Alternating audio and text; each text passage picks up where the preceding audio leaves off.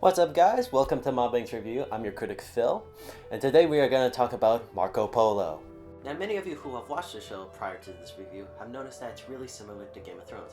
I would agree with those people to some degree. Yes, you have your sex, gore, battles, majority of the stuff that you like of Game of Thrones, but there are a few things that are different. And so the question is Marco Polo a good show, if not better, than Game of Thrones? We'll find out.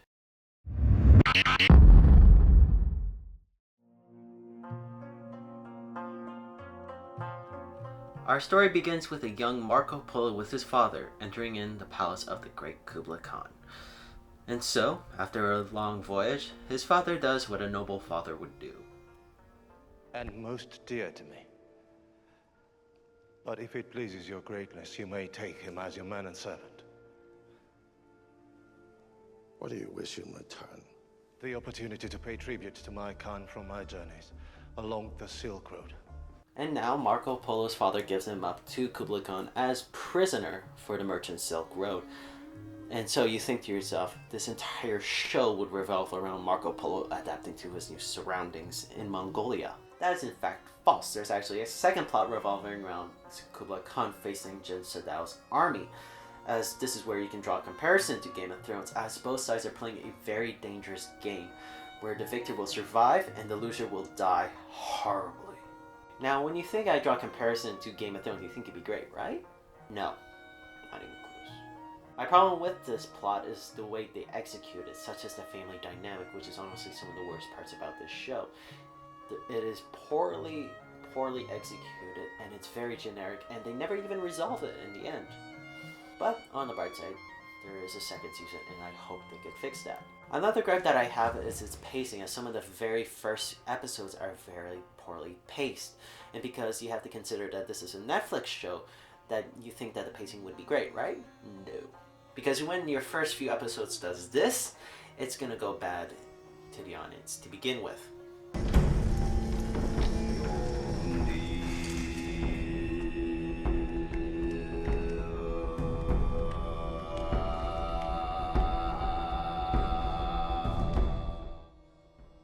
Okay guys, you guys don't need to crawl, you guys can stand up and walk to him. A little bit faster. Start crawling a bit faster. Come on. Just a little bit more. You're almost there. Oh good, you guys are bowing. Great. Motherfucker. But however, the pacing actually does pick up after those first few episodes, and even more so during the second half and final act as well, as it establishes some of the best battles I've seen in a TV show, period. Other than Game of Thrones, of course. Because, well, sexy new kung fu, what could go wrong?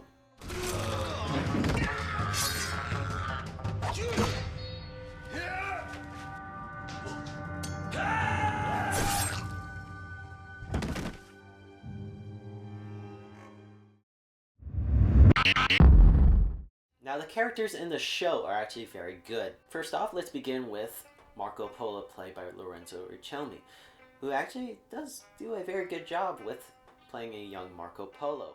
I particularly enjoy his 180 turn from a character who's uncertain about his own identity and, well, tries to escape multiple times and fails, to a character who accepts his role as the surrogate son to Kublai Khan, and as well as becoming a kung fu fighting badass.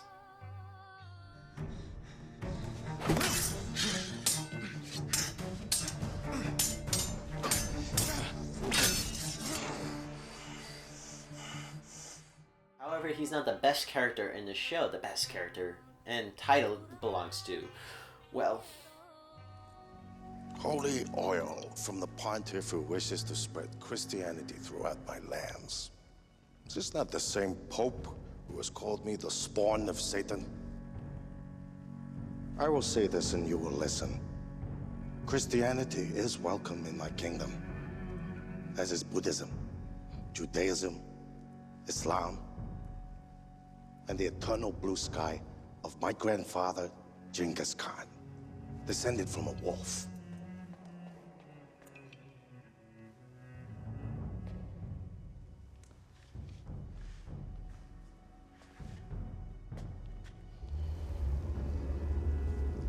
So tell your Pope that he himself must bow before me and pledge his fealty to me. Yes, the best character in this show is Kublai Khan, played masterfully by Benedict Wong, because he plays a very, very, very convincing Kublai Khan, from a ruthless conqueror to a leader who is uncertain as to what he has done. Because when a character does this, you really do have doubts.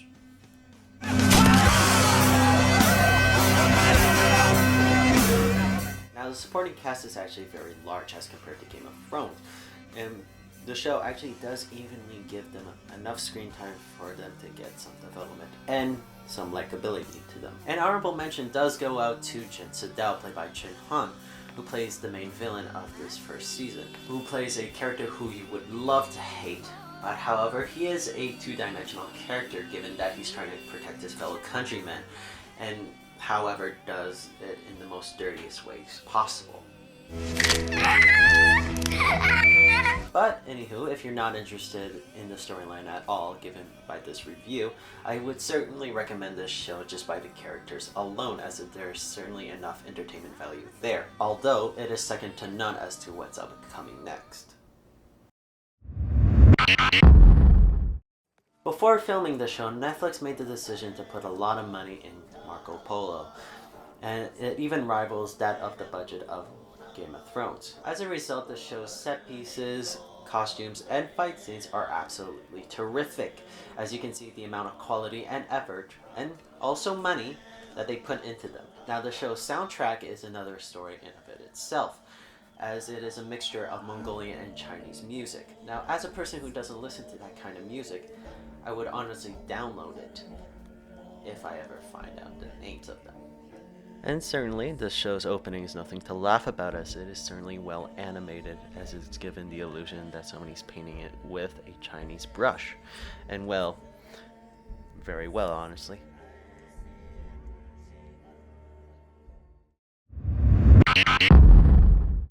In the end, is Marco Polo just as good as Game of Thrones?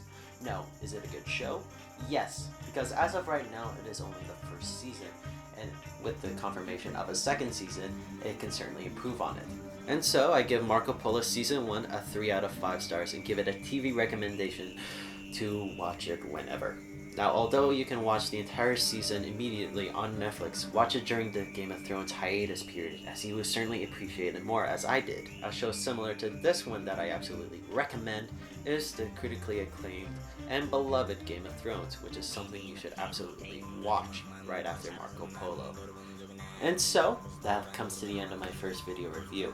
If you have any shows or movies that you want me to review, please put them in the comments down below. If you want to watch more videos like these, please like or subscribe. And as of right now, this is Phil, signing